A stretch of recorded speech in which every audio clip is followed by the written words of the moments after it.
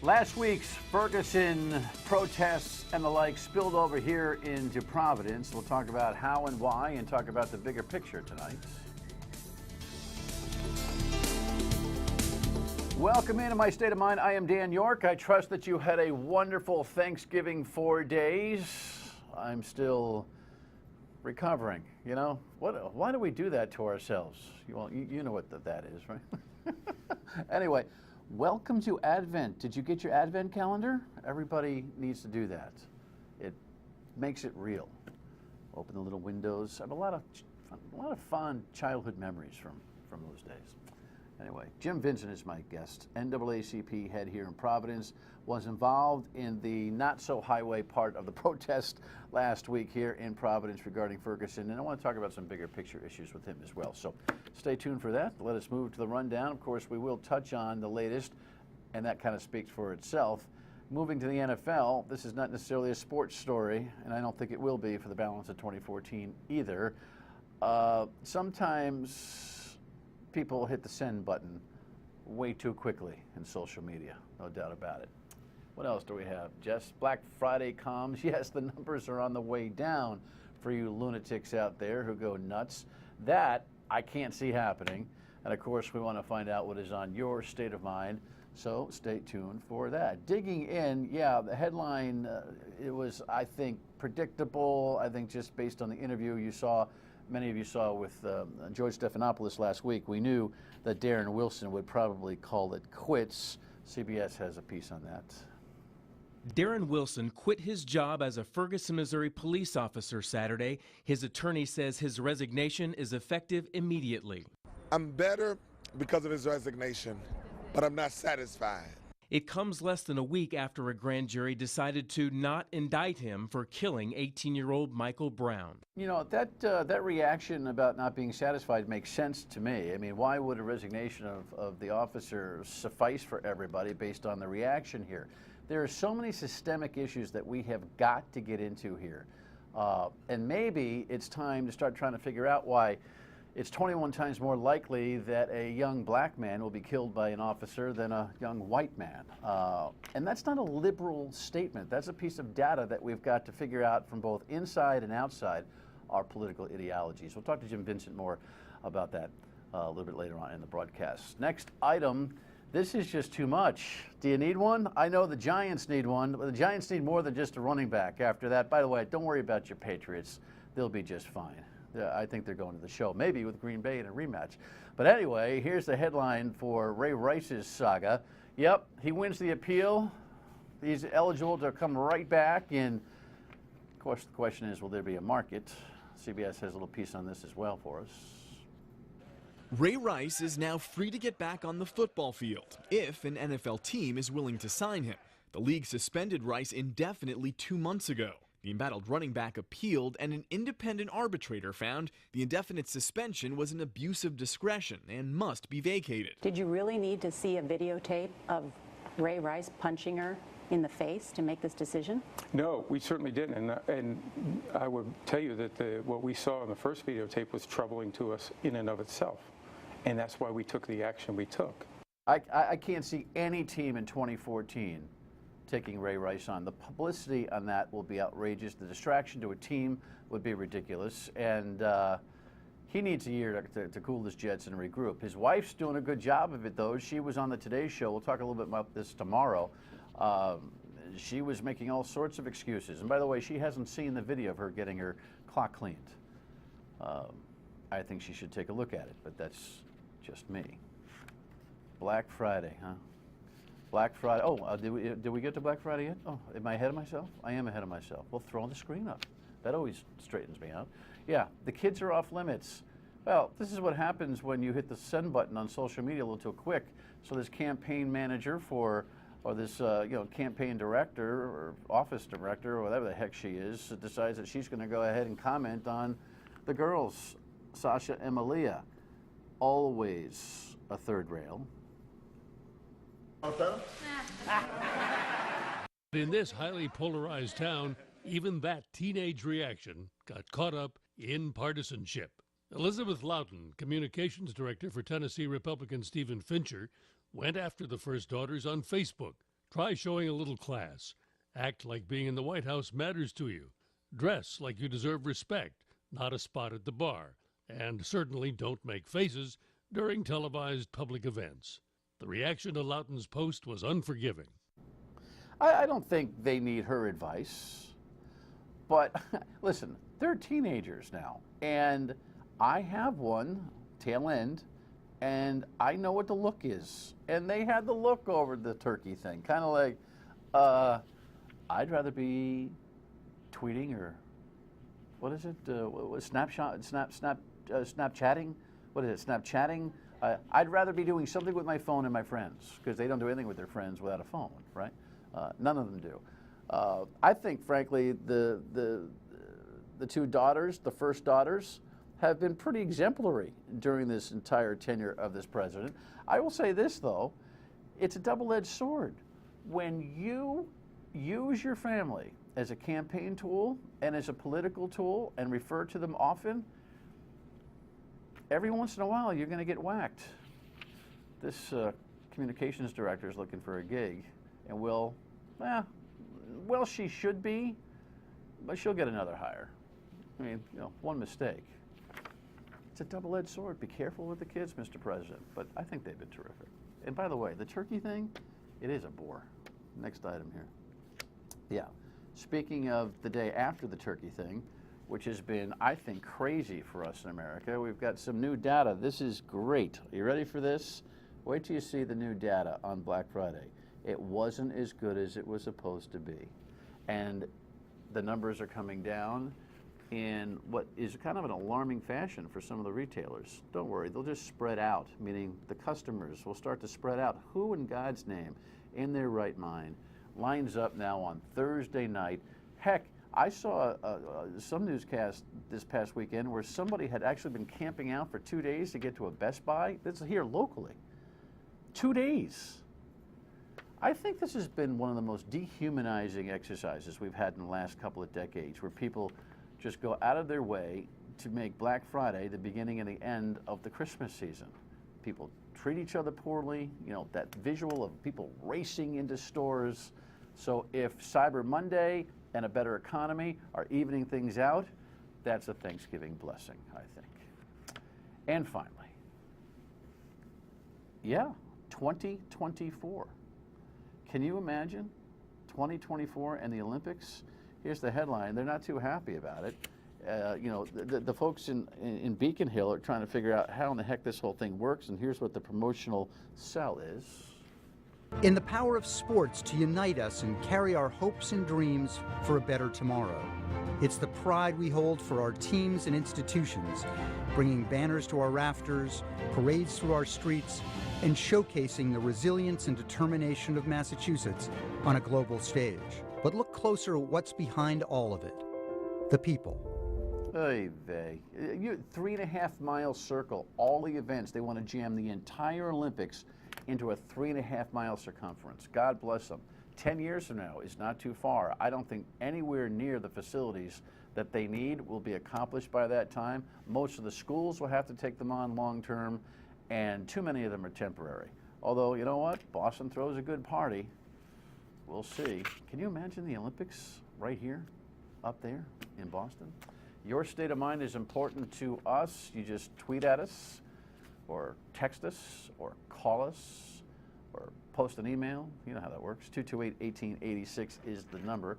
And here's a Facebook post, I believe. Yes. Blocking traffic is peaceful, more like dangerous. Sometimes less is more. Well spoken, Patrick. And I think my guest actually believes the same, even though there was a bigger message. We'll come back and talk about it. Stay with us.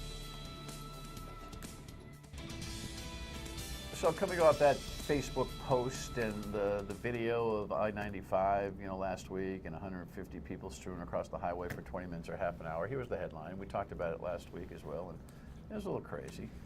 Not everybody who's protesting thinks it was a good idea. In fact, most people don't think it's a very good idea, and it's part of the challenge. Jim Vincent from the NAACP. Thanks for coming. Thanks, Dan. You weren't happy about this. I wasn't happy because for a number of reasons. One, it was a safety issue in terms of the protesters. Any one of them could have been hit or killed. So I'm always looking at life. I mean, Michael Brown's life was taken, so that's a very serious incident. So any protester that was hit by a car, that would have been very, very bad. And then the motorists, I mean, not having a construction or a some kind of other warning, there could have been a pileup. And even more importantly, if there was somebody being transported by ambulance to the local hospitals, 1 minute could have made all the difference between life and death. Well, your field of civic responsibility doesn't have to include making this speech. I mean, I think it's all common sense to everybody. But you were involved in the actual preparation for the Central High School portion, correct? I wasn't involved in the preparation, but I knew about it, and I said I need to be down there because of the fact that there are some issues surrounding racial justice that need to be talked about. The conversation need to be elevated. So I think that the protest itself, marching down Broad Street and going down Elmwood Avenue and also at Central High School, was great. It wasn't really organized, but it was really together, and it really had a feel of togetherness that I thought was very positive. And I think that, you know, the lead story should have been the fact that 500 demonstrators demonstrated peacefully in Providence and got their message across. And I think that the highway took us off message. And I'm a person that likes to stay on message. The message is, let's talk about what's going on in terms of racial justice, and let's not make something else the story. Because there are a lot of people that would like to talk about something else, like to talk about the highway. So what do you do as a community leader? Do you seek out these folks who ring-led that last-minute move, which I'm not so sure was last minute? It might have been coded, it might have been secret, it might have been the idea of 5, 6, 7, 8, 10, who knows? But do you bring them in for a conversation? In fact, there's a young man who I'm not going to name, who's front and center in this, got arrested, who I know by, he's a local athlete, and I've always admired him, and I'm going to try to invite him in. But he's being dragged across 95, and I'm thinking, someone's got to sit down and hear why he was motivated to do that. Understand? Do you do that kind of follow-up? You know, I'd be perfectly willing to talk to all of them. I'm not so sure that I'm the person that needs to be that person. Maybe there should be several people. I actually think that the fact that they were young people, that they were young and they were protesting was great. We always talk about, let's get the young people involved in terms of protesting. So that part of it was great. I just think that going on the highway might have been a little misguided. What do you mean by young people involved in protesting? For the sake of it? What do you mean? It's a sport that isn't observed anymore? I think people need to understand that there's some issues involving racial justice that just doesn't affect older people, that it affects them, it affects their little brothers and sisters, that they need to be a part of the solution. So if protesting and shining light on the issue is important, then they need to be out there. They need to be out there. Everybody needs to be out there, not just the NAACP or not just some other people. We all have a responsibility that feel that there needs to be more racial justice to participate. And I'm glad to see young people participating. So when I was at Central High School, when I saw all the young people, black, white, Hispanic, Asian, I was very, very happy to see that. You know, I was very, very happy to see that. So in lieu of, or eliminate the 95 incident, so the message that might have been lost was what? The message that might have been lost is that, you know, there was a group of people, maybe 500 people, that were black, white, young, old, whatever, that felt it was important to go out on a cold night to march for about 2 hours to talk about the fact that there needs to be more racial justice in this country. That would have been the headline, or there wouldn't have been a story at all. Either we're going to have to talk about a peaceful demonstration of 500 people, or you wouldn't have talked about anything. There were plenty of press out there. All the TV stations, the newspapers, radio stations, they were all out there. So it would have been covered. And it would have to have been covered positively because there wouldn't have been no negative as far as being perceived by the public. But inside the idea that there was a protest on racial justice / injustice, what's the takeaway? What's the exact message? What's the bone that we can all chew on here? The bone that we need to chew on is the fact that there's a problem in this country and there was 100 protests from coast to coast, not because people had nothing to do, not because that there's no problem. There is a problem. You wouldn't have 100 countries commenting on America and human rights if it wasn't serious. There's a serious problem. I mean, here in Rhode Island, for example, 3 times as many African Americans are arrested for marijuana than whites, even though the usage is the same.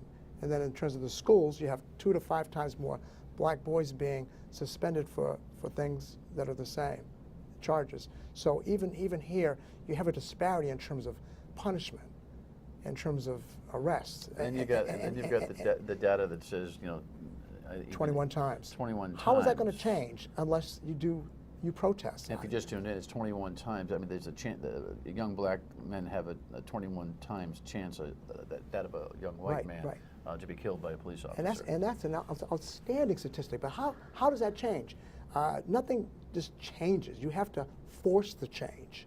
You have to force the change. You have to shine light on it, and then sooner or later, reasonable people will say, you know what, this is an injustice. We're going to change it. All right, when we come back, we'll talk a little bit about what the story of Ferguson does to help or hurt this matter. Stay with us. Providence is maybe 5 times worse than Missouri, St. Louis. You agree? No, I don't. I can't say that I do agree, because I'm not really out there in the streets. But the time that I do spend, we've witnessed some things where we know that police behavior has been really out of hand. Brother Gary and Justice Alfred from Wednesday night show. Brother Gary was one of the guys that was on the highway.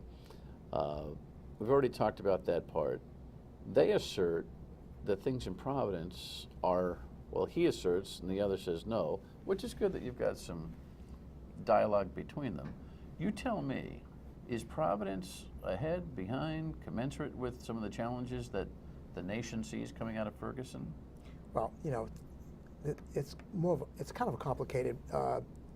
There are some statistics that say that in some ways Providence is worse than Ferguson. Now, I can't elaborate on those, but I did see something that showed that in some areas Providence is even worse than Ferguson. But I'm not prepared to talk about exactly in what areas. Well, they're very different cities, first of all. Very different. But I would say this, in terms of the leadership, in terms of Colonel O'Donnell and Commissioner Parry and Colonel Clemens, I think they get it, and they have reached out to the community. They're trying to do preemptive things. So, you know, we are a little bit ahead, I think, in terms of that. I don't think there's any relationship between the police and the community in Ferguson. However, you still have too many officers in the rank and file that do practice racial profiling, that don't honor the badge, that do things that tarnish the department. There's too many of them, and the inability of the police to police the police is an issue here in Providence. You know, it is an issue. We're not talking about many officers, we're talking about a minority of officers. The majority do their jobs well. They're there to protect and serve and not to occupy, but you have some officers that don't get it, and they shouldn't be members of police forces. You know what? I'm ready to acquiesce to that. I think most law enforcement folks are ready to acquiesce to that. And I think, listen, in a way, I'm horrified by the white America, black America conversations that have come out of Ferguson. In a way, I'm buoyed by them. We talked about it on the radio for 3 hours today. It's a very complicated and sincere, profound, compelling conversation, and I'm hoping that this thing in Ferguson, this tragedy, sponsors that. It seems to me that we can't have these gripping, important, hard work conversations without crises, though. And I wonder how long the elasticity is from this particular awful story to actually creating some kind of change. Well, I think that's why you see protests in 100 cities, because people are saying, why don't people listen? We have a problem in this country in terms of the disparity of justice as it applies to racial minorities. But the thing, it exists. When that happens, though, that the problem is that a lot of people see the facts of that case, not that Michael Brown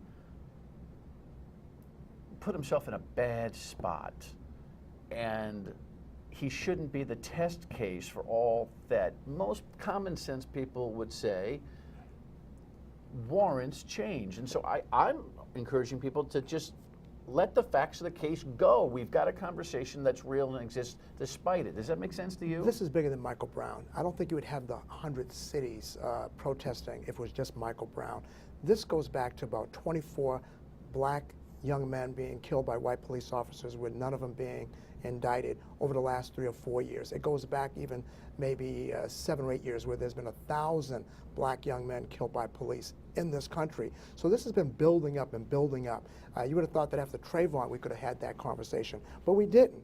So now Michael Brown, and hopefully with all these protests we can have that difficult conversation. But if we don't, then somebody else is going to be killed. And We're going to have more protests. There's going to be more people doing things.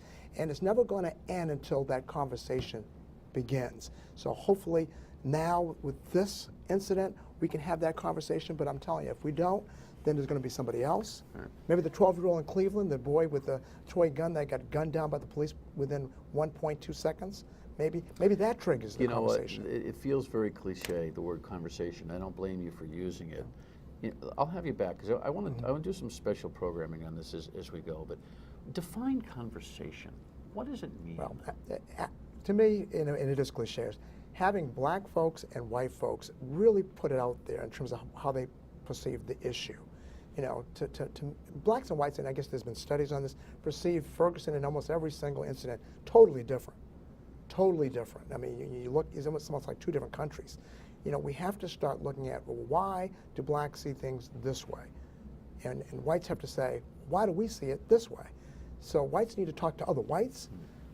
Whites need to talk to blacks about the issues. And I'm thinking we need to agree to just walk in each other's shoes for 5 minutes as a perfunctory beginning. Right. We need to admit that there's a problem. I watched Meet the Press with Rudy Giuliani. Unfortunately, you know what? Yeah. Just telling me I gotta go. Come back. Okay, I'll be back. Jim Vincent from the NAACP. It's important. Yeah, Stay with us. it is. I don't think the use of the term conversation is cliche. I mean, it really is the foundation of the First Amendment, which means we should use it more when it comes to this justice thing. Hey, by the way, the immigration issue is becoming very, very, very complicated with the executive order. We've got a great professor, Joe Camarano from PC, who will come here tomorrow night and talk to us about the politics of that at 7:30. And we'll see you on the radio on WPRO tomorrow at noon. Thanks for watching. Good night.